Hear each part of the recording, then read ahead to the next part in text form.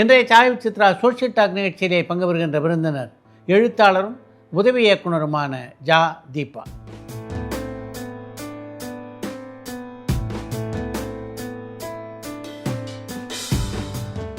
மர்மதேசம், விடாது கருப்பு போன்ற பல வெற்றிகரமான தொடர்களை இயக்கிய நாகாவினுடைய பட்டறையிலே தயாரானவர் தான் எழுத்தாளரும் உதவி இயக்குனருமான ஜா தீபா. பல சிறுகதை தொகுதிகளையும் கட்டுரை தொகுப்புகளையும் எழுதியுள்ள ஜா தீபா ஆனந்தவடனில் எழுதிய தொடர் கட்டுரையான திரையெல்லாம் சண்பகப்பூ வாசகர் மத்தியிலே மிகப்பெரிய வரவேற்பை பெற்ற தொடராக அமைந்தது. உதவி இயக்குனராகவும் சின்னத்திரை எழுத்தாளராகவும் கட்டுரையாளராகவும் தான் பெற்ற பல அனுபவங்களை இந்த நேர்காணலிலே பகிர்ந்து கொண்டிருக்கிறார் ஜா Deepa. Chai with Chitra social talk.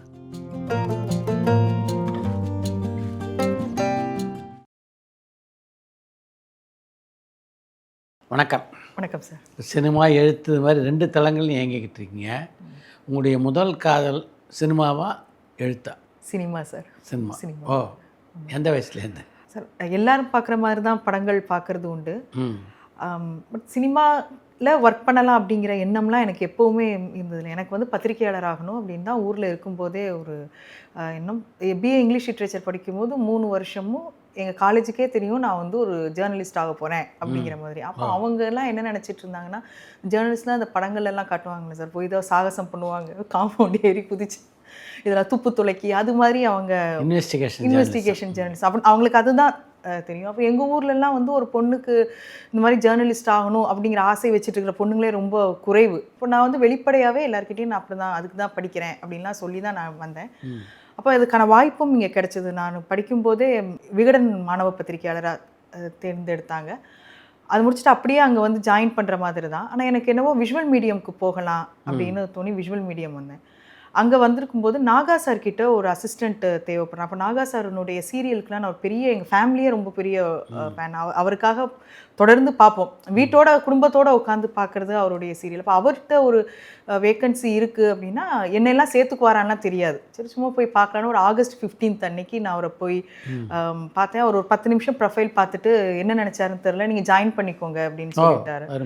அப்படி அவர்கிட்ட ஜாயின் பண்ணி அதுலேருந்து தான் எனக்கு சினிமா மேலே ஒரு ஆர்வம். இன்னொரு வந்து சொல்கிறதுக்கு அது எப்படி சொல்கிறதில்ல, ஒரு நாள் இந்த ஜெமினி பாசன் காம்ப்ளெக்ஸ் இருக்குல்ல சார், அங்கே ஒரு ஆஃபீஸில் தான் நான் ஒர்க் பண்ணிகிட்டு இருந்தேன். அது ஒரு மீடியா ஹவுஸ். அங்கே ஒரு நாள் வந்து கீழே ஷூட்டிங் எடுத்துகிட்டு இருந்தாங்க. நான் அப்போ தான் அந்த கேமரா பார்க்குறேன். ஃபஸ்ட்டு டைம் ஷூட்டிங்னா என்ன அப்படிங்கிறது அதான் பார்க்குறேன். அது வந்து விஜயகாந்த் சாருடைய படம் ஒன்று, அவர் தான் அதில் ஆக்ட் பண்ணிகிட்டு இருந்தார். ஏன்னே தெரில, எனக்கு வந்து அதை பார்த்த உடனே நம்ம ஏன் சினிமாவில் போய் ஒர்க் பண்ணக்கூடாது அப்படின்னு நினச்சிட்டு இருக்கும்போது தான் நாகா சார்கிட்ட இருந்து அந்த அவருடைய வாய்ப்பு வந்தது. அப்படி வந்தது தான் சினிமாக்குள்ளே வந்தது சார். எப்படி இருந்தது அவரோட பணியாற்றி? சார் அவருடைய ஒரு 2.5 வருஷம் வேலை பார்த்தேன். முதல்ல நான் வேலை பார்த்தது ஒரு 3D ப்ராஜெக்ட். அது தமிழ், தெலுங்கு, ஹிந்தி 3ல் எடுத்தாங்க. டெலிவிஷனில் 3D ப்ராஜெக்ட்னு முதல் தடவை அவங்க ட்ரை பண்ணுறாங்க. அந்த சக்திமான் முகேஷ் இருக்கிறார் இல்லையா சார், அவரும் குழந்தைங்க அவங்க எல்லோரும் பெரிய இது. எனக்கு அதுதான் முதல்ல நான் கேமராவை பக்கத்தில் பார்க்குறது, கிளாப் போர்ட்னா என்ன எல்லாமே எனக்கு புதுசு சார். ஒன்றுமே தெரியாது, அப்படின்னா என்னன்னு கூட தெரியாது. அப்படியே உள்ளே போய் அப்போ அவர்கிட்ட வந்து அவர் சொல்லிலாம் தரமாட்டார். அவர்கிட்ட போய் பேசுகிறதுக்கே ஒரு பயம் இருக்கும். கிட்டத்தட்ட 1 மாதம் கழிச்சு தான் சார் அவர்கிட்ட போய் நான் பேசுகிறேன். அது வரைக்கும் ஒரு குட் மார்னிங் சொல்லுவேன், அவர் அது கவனிக்கிறாரான்னு கூட எனக்கு தெரியாது. அப்படி தான் கொடைக்கானல் ஷூட்டு எல்லாமே போச்சு. பின்னாடி தான் தெரிஞ்சு அவர் எல்லாமே கவனிச்சிருந்துருக்கிறாரு. நான் திருன்னு முழிச்சது, நான் தப்பாக பண்ணது எல்லாத்தையும் கவனிச்சுன்னா பின்னாடி அவர் பேசும்போது தெரிஞ்சு. அப்போ சிதம்பர ரகசியம்னு ஒரு தமிழில் பண்ணார், அதில் ஜாயின் பண்ணேன். அதில் ஒரு பின்னாடி நான் காலேஜ் படிக்கும்போது சிதம்பர ரகசியம் ஸ்டார்ட் ஆச்சு. நான் அதில் வந்து அதோடைய லாஸ்ட்டு ஒரு 40 எபிசோட்ஸ் நான் போய் அதில் போய் ஒர்க் பண்ணுற மாதிரி சூழல் இருந்தது. அப்படி அவர்கிட்ட ஒர்க் பண்ணேன். அங்கே ஒர்க் பண்ணும்போது அசிஸ்டன்ட் டைரக்டர்ஸே கிடையாது. நான் போகும்போது ஒருத்தர் அப்போ தான் சினிமாவில் வாய்ப்பு கிடைச்சதுன்னு அவர் போன உடனே நீங்கள் பண்ண முடியுமா அப்படின்னு என்கிட்ட கேட்டார். நான் பண்ணுறேன் சார். அப்புறம் கிளாப் கொடுக்கறதுலேருந்து எல்லா கண்டினியூட்டி பார்க்குறதுலேருந்து என்கிட்ட போஸ்ட் ப்ரொடக்ஷனில் போய் பண்ணுறது எல்லாமே. அப்போது நான் வந்து அவர்கிட்ட போய், சார் எனக்கு தூங்குறதுக்கே டைம் கிடைக்கல சார், நீங்கள் வந்து 9 மணிக்கு என்னை வந்து எடிட்டிங்க்கு அனுப்புகிறீங்க, முடிஞ்ச 2 மணிக்கு ஆட்டோவே கிடைக்காது, திரும்பி வருவேன். அப்போ அவர் ஒன்று சொன்னீங்க, தூங்கணுமா கற்றுக்கணுமா அப்படின்னு கேட்டார். ஆமாம் இல்லை அப்படின்னு, நான் கற்றுக்குறேன் சார், அவ்வளோதான். அவர் அப்படி தான் பேசுவார், அவ்வளோதான். அவர் நான் இல்லை சார் நான் கற்றுக்குறேன் அப்படின்னு. அதுக்கப்புறம் அவர்கிட்ட ஒன்றுமே கேட்கல. அப்படி தான் அவர்கிட்ட ஜாயின் பண்ணி நல்ல ஒரு எக்ஸ்பீரியன்ஸ் சார். அவர் வந்து என்னுடைய குரு, இன்றைக்கி வரைக்கும் என்னுடைய குரு அப்படின்னு ஒருத்தரை சொல்லணும்னா நான் நாகா சாரை தான் சொல்லுவேன். தவறே செய்தாலும் ஒரு நாள் அவர் கடிந்து ஒரு நாளும் பேசினதில்லை. ஓ என்ன கேட்பாருன்னா, நேற்று நீங்கள் ஒரு தப்பு பண்ணீங்க தெரியுமா அப்படிம்பாரு. அது ஒரு ஒன்று நம்ம யாருமே கவனிக்க மாட்டாங்க அப்படின்னு நினச்சிருக்கிற ஒரு சின்ன தப்பாக இருக்கும். அதை வந்து அவர் சுட்டி காட்டுவாரே தவிர அவர் ஒரு நாள் இதுவாக சொன்னதில்லை. இன்னைக்கு வரைக்கும் எனக்கு என்னுடைய லைஃப்பில் என்ன நல்லது நடந்தாலும் என்னுடைய தொழில் சார்ந்து நான் அவருக்கு தான் முதல் நன்றி சொல்லுவேன். நீங்கள் நாகாவோட ஒர்க் பண்ணது உங்களுக்கு கற்றுக் கொடுத்தது அப்படின்னா எதை சொல்லுவீங்க? பொறுமை சார், நான் அதைத்தான் சொல்லுவேன். ஏன்னா நம்ம ஒரு விதமான லைஃப்பில் காலேஜ் முடிச்சுட்டு வர்றோம், இவ்வளோ கடினமாக இருக்கும்னு நான் நினைக்கல. சேர்ந்து ஒரு மாதத்தில் நான் முடிவு பண்ணிட்டேன் இது நம்மளுக்கு செட் ஆகாது, ஊருக்கு போயிடுவோம் அப்படின்னு தான் நான் நினச்சேன். ஆனால் ஏதோ ஒரு இது திருப்பி நான் அதில் ஜாயின் பண்ணி ஒர்க் பண்ணும்போது முதல்ல நான் அவர்கிட்ட கற்றுக்கிட்டது பர்ஃபெக்ஷன்ஸு. ஒரு விஷயத்தை அவர் வந்து யோசிக்கிற விதமும் அதை அவர் செயல்படுத்துகிற விதத்தையும் கூடயே இருந்து பார்த்ததுனால அந்த பர்ஃபெக்ஷன் அவர் அதை வாங்குற வரைக்கும் அது எவ்வளோ அதுக்காக மெனக்கிடுறாரு, அதுக்காக அவர் எவ்வளோ பொறுமையாக இருக்கிறாரு அப்படிங்கிறது ஒன்று. அதுக்கப்புறம் வந்து ஹார்ட் ஒர்க் சார், அது அங்கே தான் நான் கற்றுக்கிட்டேன். இன்றைக்கி வரைக்கும் ஒரு வேலையை அந்த டயத்துக்குள்ளே செய்யணும் அப்படின்னா அதுக்கு எவ்வளோ வேணாலும் எஃபர்ட் போடலாம் அப்படிங்கிறது ஒன்று.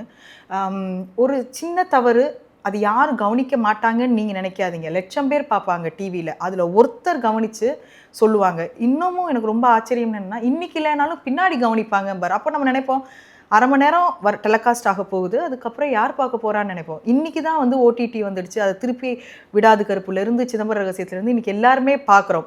பட் அது ஏன் அந்த விஷனில் அவர் அப்போவே சொன்னார், பின்னாடி கண்டுபிடிப்பாங்கன்னு ஏன் சொன்னார் அப்படிங்கிறதும் அவரோட டிஸ்கஸ் பண்ணுறது ரொம்ப நல்லா இருக்கும் சார்.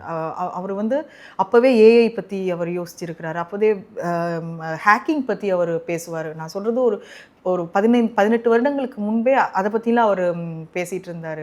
ஸோ ஃப்யூச்சர் இப்படி இருக்கும் அப்படிங்கிறத வந்து எங்கே அவர் படித்தார், எங்கே அதை தெரிஞ்சுக்கிட்டாரு அப்படிங்கிறதும், நிறைய புத்தகங்கள் வேறு நான் ஃபிக்ஷன் வந்து அதிகமாக படிக்கணும் அப்படிங்கிறது அவர்கிட்ட இருந்து தான் எனக்கு வந்தது. ரொம்ப குறிப்பாக சொல்லணும்னா அங்கே தான் என்னுடைய கணவரை பார்த்தேன். நாங்கள் 2 பேரும் காதல் திருமணம் வந்து அவருடைய ரைட்டராக இருந்தார். அங்கே தான் நாங்கள் 2 பேரும் சந்தித்தோம், அப்புறம் திருமணம் பண்ணிக்கிட்டோம். ஸோ நாகா சார் வந்து என்னுடைய லைஃப்பில் பர்சனலாகவும் சரி தொழில் ரீதியாகவும் சரி மறக்க முடியாத ஒரு நபர். நீங்கள் சினிமா பார்த்த காலகட்டத்தில் யாருடைய தீவிர விசிறியாக இருந்தீங்க? யாருக்கு இல்லைன்னு கேட்டு சினிமாவுக்கே விசிறி சார். என்ன படம் போட்டாலும் அது வந்து எல்லாரும் போர்னு சொன்னா கூட அது என்னவோ எனக்கு போய் பார்த்துடணும், அந்த படத்தை பார்த்துடணும். நான் அடிக்கடி சொல்லுவேன், எங்கள் ஊரில் தனியாக சினிமா தேட்டருக்கு பொண்ணுங்களை அனுப்பவே மாட்டாங்க சார், அதுக்கு வாய்ப்பே கிடையாது. ஃபாரினுக்கு அனுப்பிடுவாங்க, ஆனால் சினிமா தேட்டருக்கு அனுப்பவே மாட்டாங்க. அப்படியான ஒரு சூழல். அப்போது எனக்கு ஏதாவது ஒன்று சொல்லி ஏதாவது படம், ஒரு ஹிந்தி படமாக இருக்கும், ஒரு மலையாள படமாக இருக்கும், தெலுங்கு, அப்பா வந்து ரொம்ப தீவிரமான சினிமா பார்ப்பார் அவர். அதனால் எங்கே போனாலும் என்னை சைக்கிளில் முன்னாடி உட்கார வச்சு கூட்டிகிட்டு போயிட்டு வரும்போது நான் தூங்காமல் இருக்கணும் அப்படிங்கிறதுக்காக அந்த கதையை சொல்லுவார், கேட்டுகிட்டே வருவார். அதனால் எனக்கு வந்து இவங்க தான் அப்படின்னு கிடையாது, எல்லாரையும் பார்ப்பேன் சார். எனக்கு கமல் சார் பிடிக்கும், ரஜினி, நீங்கள் யாரை காட்டுங்களேன் எனக்கு அவங்கள பிடிச்சிருக்கும். எனக்கு சினிமாவினுடைய பெரிய ரசிகை. நாகா கிட்ட பணியாற்றுறதுக்கு பின்னால் எங்கே உங்களுடைய பயணம் தொடர்ந்தது? சார் நாகா சார் கிட்ட ஒர்க் பண்ணுறதுக்கு முன்னாடி ஒரு சின்ன சம்பவம் என்னென்னா, அதுக்கு முன்னாடி ஒரு கம்பெனியில் ஒர்க் பண்ணேன். அப்போ வீட்டில் வந்து பொதுவாக எங்கள் மாதிரி இந்த ஊர்களெல்லாம் அனுப்ப மாட்டாங்களே சார், சினிமாவுக்குன்னு அனுப்ப மாட்டாங்க. சென்னைக்கு அனுப்புறதே பெரிய விஷயம், ஆனால் எங்கள் வீட்டில் அது ஒரு பெரிய இதுவாக எடுத்துக்கல, போய் ஒர்க் பண்ணு அப்படின்னு தான் சொன்னாங்க. அப்போது ஃபஸ்ட்டு மந்த்து சேலரி வருது, 3000 ரூபா செக் தராங்க. அப்போ அங்கே தான் அக்கௌண்ட்டு அப்பாவுக்கு அனுப்பி வைக்கிறேன். அவருக்கு வந்து என்னென்னா, என்ன வீட்டில் ஒரு சின்ன பொருள் வாங்கினாலும் சார், டூத் ப்ரஷ் வாங்கினா கூட சாமி முன்னாடி வச்சு ஒரு தடவை அதுக்கப்புறம் தான் யூஸ் பண்ணுவார். அந்த அளவுக்கு அவர் செக்கையும் கொண்டு போய் வச்சு அவர் அதெல்லாம் பத்திரப்படுத்தி கொண்டு போய் பேங்க்கில் போட்டால் பவுன்ஸ் ஆகிடுச்சு அந்த செக். அவர் வந்து முடிவு பண்ணிட்டார், ஐயோ இந்த தான் இப்படி தான் இருக்கும் போல் இருக்குது அப்படின்னு. அவரும் கொஞ்சம் பேர்ட்ட விசாரித்து இப்படி தான் இருக்கும், சினிமா அப்படி தான் இருக்கும், மீடியா அப்படி தான் இருக்கும், செக்கெலாம் பவுன்ஸாக ரூபா தரமாட்டாங்கன்ன உடனே அவர் ரொம்ப வருத்தப்பட்டார். திரும்பி வந்துடு, வேணாம் நீ ரொம்ப கஷ்டப்படுற, வேணாம் அப்படின்னு அவர் சொன்னார். இல்லைப்பா அதெல்லாம் ஒன்றும் பிரச்சனை இல்லைன்னு சொல்லி அதுக்கப்புறம் வீட்டில் பணமே நான் கேட்கக்கூடாது அப்படிங்கிற ஒரு வைராக்கியம். நாகா சார் கிட்ட இருந்து வந்த உடனேயே சண்டே இண்டியன் மேகசீனில் வாய்ப்பு கிடைச்சது. ஒரு 1 இயர் அதில் நான் ஒர்க் பண்ணேன். அதுலேயும் வந்து எதுவோ சினிமா சம்மந்தப்பட்ட இன்டர்வியூஸ் பண்ணுறது, சினிமா தான் மெயின், அதுக்கப்புறம் தான் பாலிடிக்ஸ், அதுக்கப்புறம் தான் சொசைட்டிஸ், அந்த இதெல்லாம் பார்க்குறது. சினிமா சம்மந்தப்பட்ட நல்ல இன்டர்வியூஸ் பண்ணுறதுக்கான வாய்ப்பு அங்கே கிடைச்சது. அது முதல்ல நான் அதை பண்ணது என்னென்னா, எங்கள் வீட்டில் கொஞ்சம் அவங்க ஹாப்பியாக இருக்கட்டும், ஆமாம் நீ வந்து பத்திரிகையாளர் ஆகணும்னு சொல்லிகிட்டே இருந்த அப்படின்னு சொல்லிகிட்டே இருந்ததுனால ஒரு 1 இயர் நம்ம அதில் ஒர்க் பண்ணலாம் அப்படின்னு அதுக்கு ஒர்க் பண்ணேன்.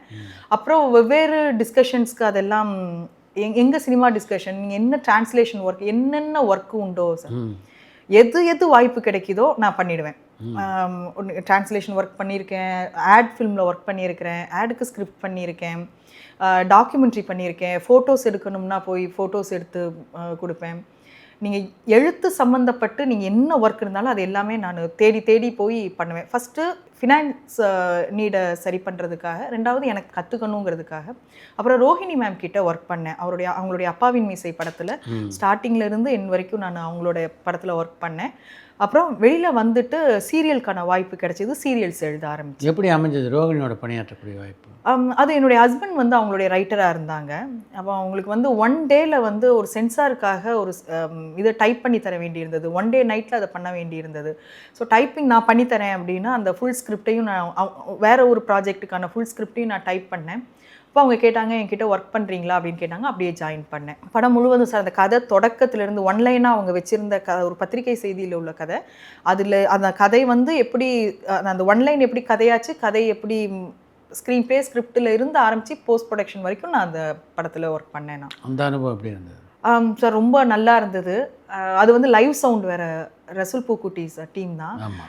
கொல்கத்தாவில் வச்சு நாங்கள் பண்ணோம். Alphonse sir cameraman. அந்த டீமே ரொம்ப நல்லா இருந்தது.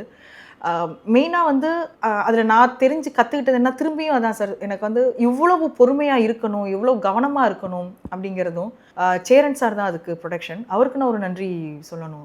அவர் வந்து ஒரு நாள் கூப்பிட்டு, நீங்கள் வந்து அக்கௌண்ட்ஸும் நீங்கள் சேர்த்து பார்த்துக்கோங்க, ஃபினான்ஸ் தானே சரி அப்படி. நான் சொன்னேன், சார் இல்லை சார் எனக்கு டைம் இருக்காது இல்லையா சார், நான் எப்படி இல்லை, நான் என் டேரக்டர் இப்படி கூப்பிட்டு சொல்லும்போது நான் சரின்னு சொல்லிட்டேன். நீங்கள் நாளைக்கு டேரக்டர் ஆக போகிறீங்க அப்படின்னா ப்ரொடக்ஷன் என்னங்கிறத நீங்கள் கற்றுக்கணும், அதுக்கான வாய்ப்பாக நீங்கள் எடுத்துக்கோங்க அப்படின்னாரு. தினமும் அவருடைய மேனேஜரோட உட்காந்து முடிஞ்ச உடனே என்ன செலவு இருக்குது அக்கௌண்ட்ஸ், முதல்லலாம் ரொம்ப இரிட்டேஷனாக இருக்கும் சார், தூங்குற நேரத்தில் இப்படி உட்கார வச்சுருக்கிறாங்களேன்னு. அப்புறம் போக போக எனக்கு அது எவ்வளவு அது முக்கியமாக அதை பொறுப்பை கொடுத்துருக்குறாங்க அப்படின்னு தெரிஞ்சது. ஒரு பெரிய ஃப்ரீடம் இருந்தது. ரோஹிணி மேம் கிட்டேயும் சரி, சேரன் சார் கிட்டேயும் ஒரு ஃப்ரீடம் இருந்தது. என்ன ஒர்க் வேணாலும் பண்ணலாம். செட்டில் வந்து ஒரு ஃபுல் ஃப்ரீடம் கொடுத்துருந்தாங்க. குழந்தைங்க, அதில் நிறைய குழந்தைங்க நடிச்சிருந்தாங்க. அவங்க எல்லாரையுமே ஹேண்டில் பண்ணுற பொறுப்பு கொடுத்துருந்தாங்க. இப்போ அதில் நிறைய கற்றுக்கிட்டேன் சார். சினிமாவுக்குள்ளே வரதுக்கு முன்னாடி சினிமாவை பற்றி உங்களுக்கு ஒரு பிம்பம் இருந்திருக்கும். ஆமாம். பக்கத்தில் இருக்கும்போது அந்த பிம்பத்தோடு ஒத்து போச்சா சினிமா, இல்லை மாறுபட்டிருந்ததா? நிறைய மாறுபட்டிருந்தது சார். நான் ரொம்ப ஈஸின்னு நினச்சிட்டேன்.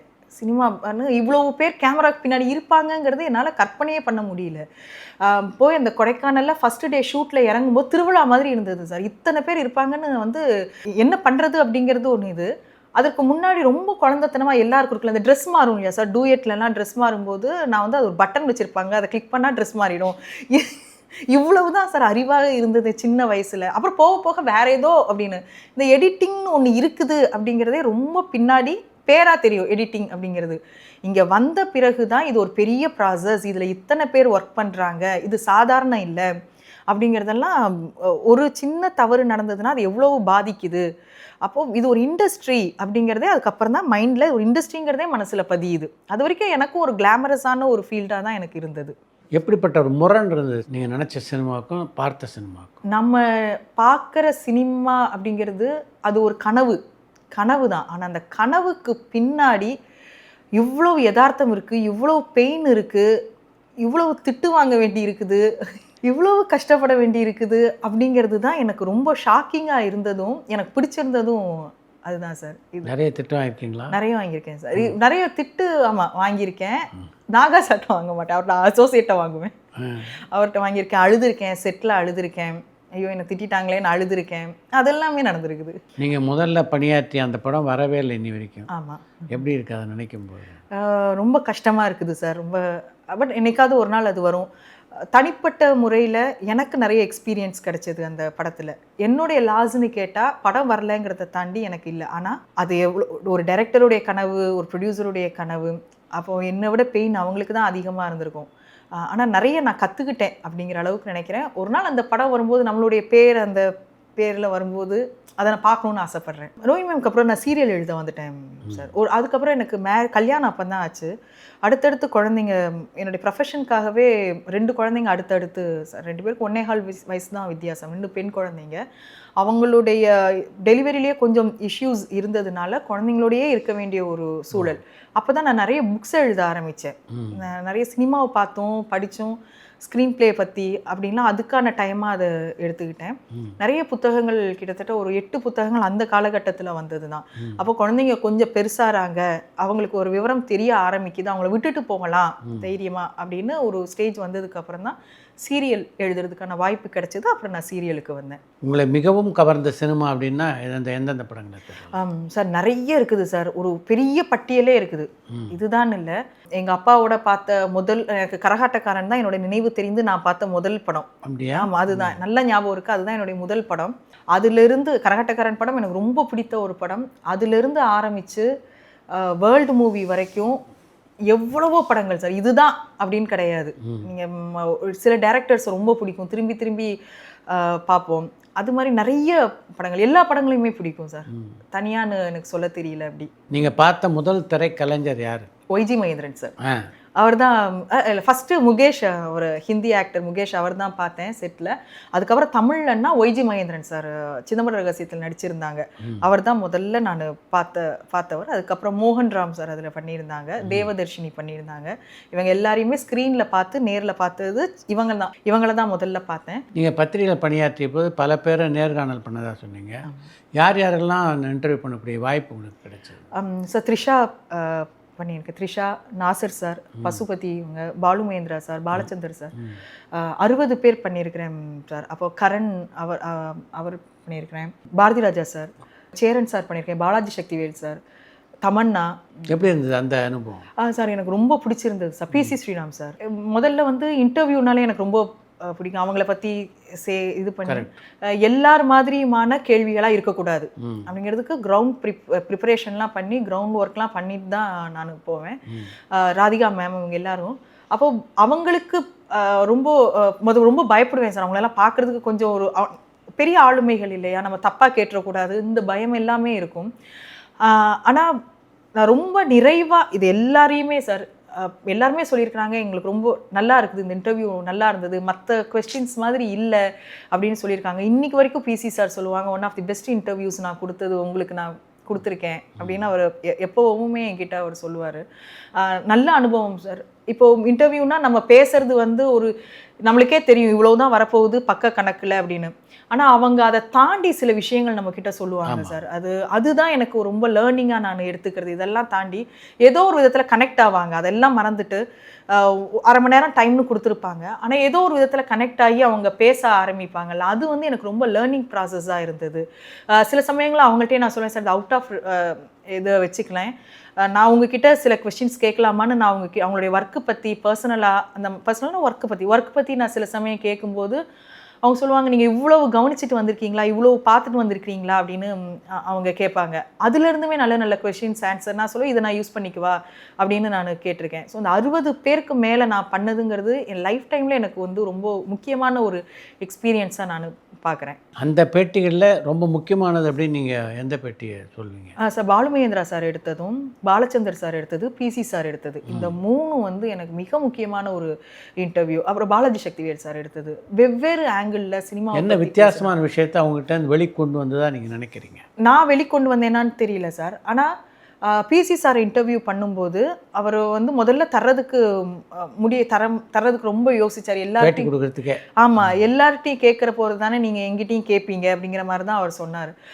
நான் சொன்னேன், இல்லை சார், நீங்கள் எனக்கு உங்களோட ஒர்க்காகவே எனக்கு ரொம்ப பிடிக்கும், நான் பண்ணுறேன், நீங்கள் பாருங்கள் அப்படின்னோடனே சரி ஒரு அரை மணி நேரம் ஓகே அவங்களுக்கு நான் 3 மணி நேரம் பேசினார் சார். அந்த டேப்பு முழுக்கவே இருக்குது. அப்போ அவர்கிட்ட பேசும்போது என்னென்னா எனக்கு முதல்ல தெரிஞ்சிச்சு ஃப்ளோவாக அது வரப்போகிறது இல்லை அப்படிங்கிறது தெரிஞ்சது. ரொம்ப நிதானமாக தான் அவர் அந்த கொஸ்டின்ஸ்குள்ளே உள் வாங்கி அவர் சொல்கிறதுக்கு அந்த டைம் அவர் எடுத்துக்கிட்டதும், மிக முக்கியமாக அவர்கிட்ட நான் வியந்த ஒரு விஷயம் என்னென்னா சார், இலக்கியம் வந்து உங்களுடைய ஒளிப்பதிவில் எதுவும் பாதிப்பு ஏற்படுத்தியிருக்கு. ஏன்னா நல்லா தொடர்ந்து வாசிக்கக்கூடியவர். அப்போது புளியமரத்தின் கதைன்னு சுந்தரராமசாமியினுடைய ஒரு புத்தகம் இருக்குது இல்லையா சார், நான் அதை படிச்சிருக்கேன். அதுக்கு முன்னாடி அவர் கேட்டார், நீங்கள் அதை படிச்சிருக்கிறீங்களான்னு கேட்டார். நான் அதை படிச்சிருக்கேன் அப்படிங்கும்போது ஒரு சீன் சொல்கிறாரு. சார் அவர் வந்து புக்கில் படித்த சீனுக்கும் ஒரு கேமராமேனுடைய பாயிண்ட் ஆஃப் வியூவில் அவர் அந்த சீனை பார்த்ததுக்கும், அந்த புளிய மரம் அதில் வந்து புளியங்கொட்டையை வந்து காலையில் அதிகாலையில் வந்து எடுப்பாங்க. அந்த சீனை ஒரு லைட் அண்டு இதோட சொன்னார் சார், அந்த இமேஜோட சொன்னார். அவருடைய பாயிண்ட் ஆஃப் வியூலேருந்து அவர் சொன்னார்.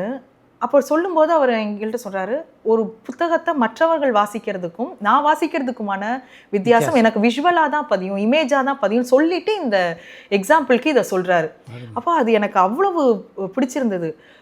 என்னால் ஒரு விஷயத்தை இமேஜாக தான் பார்க்க முடியும், லைட்ஸ் அண்ட் ஷேடாக தான் பார்க்க முடியும் அப்படின்னு அவர் அந்த பதிவு பண்ணது எனக்கு முக்கியமாக இருந்தது. பாலுமகேந்திரா சார் இன்டர்வியூவில் நான் வந்து எல்லாரும் கேட்குற ஊட்டியை எப்படி உங்கள் கண்ணால், அதை நான் கேட்கக்கூடாது அப்படிங்கிறதுல ரொம்ப உறுதியாக இருந்தேன், அந்த கேள்வி கேட்கக்கூடாது அப்படின்னு. ஆனால் அதை பேசும்போது வேற ஒரு கேள்வியை அதை முன்வைக்கும்போது அவர் ஒரு விஷயம் சொல்கிறாரு. நான் வந்து மெரினா கடற்கரையில் வாக்கிங் போவேன், நான் பீச்சில் வாக்கிங் போவேன். அப்போ ஒரு நாள் பார்க்குறேன் சூரியன் வருது, ஒருத்தர் கூட நின்று அதை வியந்து பார்க்கல. நான் கையெடுத்து கும்பிட்டேன். ஏன்னா தினமும் அந்த சூரியன் வந்துட்டு போகுது. கடவுளை விட அல்லது இயற்கையை விட இந்த பிரபஞ்சத்தை விட ஒரு கேமராமேன் இருந்துட முடியுமா, ஒரு பெயிண்டர் இருந்துட முடியுமா, ஏன் யாருமே அதை கவனிக்கல? நான் அதை கேமராவில் காட்டும்போது எல்லாரும் என்னை வியக்கிறாங்க. ஆனால் கண்ணு முன்னாடி நம்ம பாருங்க எவ்வளோ நம்மளை சுற்றி இயற்கை இருக்குது அப்படின்னு அவர் சொன்னது. அப்புறம் வந்து ஒரு ஒரு தீக்குச்சியை வச்சு ஒரு எடிட்டிங்காக ஒரு எக்ஸாம்பிள் சொன்னார் சார், எப்படி இருக்கணும் அப்படிங்கிறதுக்காக அது ஒன்று சொன்னார். இந்த மாதிரி அவங்க பேசும்போது சொல்கிற விஷயங்கள். அப்புறம் பாலச்சந்தர் சார் கிட்ட இன்டர்வியூ பண்ணது வந்து ஆனந்த விடலில் நீங்கள் எழுதின கட்டுரை தான் திரையெல்லாம் செண்பகப்பூ. எதனால் அப்படி ஒரு கட்டுரை எழுதணும் அப்படின்னு தோணிச்சு சார்? நான் விகடன்லேருந்து எனக்கு ஃபோன் பண்ணாங்க. ஃபோன் பண்ணி ஏதாவது ஒரு தொடர் எழுதுறீங்களா, நான் ஃபிக்ஷன் ஒன்று, கட்டுரை தொடர் ஒன்று எழுதுங்க, நீங்களே ஐடியா யோசிச்சுட்டு வாங்க, எதை பற்றி எழுதலாம் அப்படின்னு கேட்டிருந்தாங்க. அவங்க ஒன்று தீபாவுக்கு முதல் அடையாளத்தை பெற்று தந்தது எந்த படைப்பு?